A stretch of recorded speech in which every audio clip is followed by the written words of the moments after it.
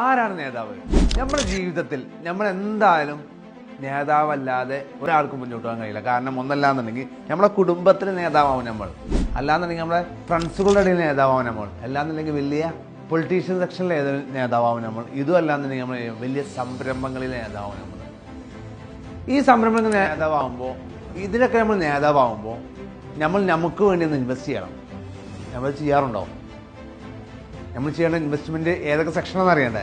ഒന്നാമത്തെ സെക്ഷൻ നമ്മൾ ഡെവലപ്മെൻറ്റ് സെക്ഷനിൽ നമ്മൾ ഇൻവെസ്റ്റ് ചെയ്യണം. ഡെവലപ്മെൻറ്റ് ചെയ്തുകൊണ്ടിരിക്കണം എവറി ഡേ. രണ്ടാമത്തെ കാര്യം സ്റ്റഡി ചെയ്തുകൊണ്ടിരിക്കണം. അതുപോലെ തന്നെ നമ്മളെ ആരോഗ്യത്തിന് വേണ്ടി നമ്മൾ ഇൻവെസ്റ്റ് ചെയ്യണം. അതുപോലെ സമാധാനത്തിന് വേണ്ടി നമ്മൾ ഇൻവെസ്റ്റ് ചെയ്യണം. ഈ ഇൻവെസ്റ്റ്മെൻറ്റൊക്കെ ചെയ്യുമ്പോഴേ നമുക്ക് മറ്റുള്ളവർക്ക് അത് കൊടുക്കാൻ കഴിയുള്ളൂ. ഇതൊന്നും ഇൻവെസ്റ്റ്മെൻ്റ് ഇല്ല എന്നുണ്ടെങ്കിൽ നമ്മൾ തളർന്നു പോകും. നമ്മൾ ഈ ഒക്കെ ടീമിൻ്റെ ലീഡറാണ്.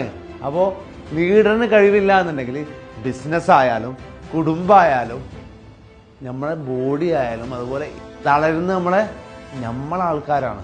അപ്പം എന്ത് ചെയ്യണം? ബിസിനസ്സിൽ എപ്പോഴും ലീഡേഴ്സ് എന്ത് ചെയ്യണം? സ്റ്റഡി ചെയ്തുകൊണ്ട്, ഡെവലപ്മെൻറ്റ് ചെയ്തുകൊണ്ട്, ആരോഗ്യം സംരക്ഷിച്ചുകൊണ്ട്, അതുപോലെ തന്നെ സമാധാനത്തിന് വേണ്ടി ഇൻവെസ്റ്റ് ചെയ്ത് മുന്നോട്ട് പോകണം.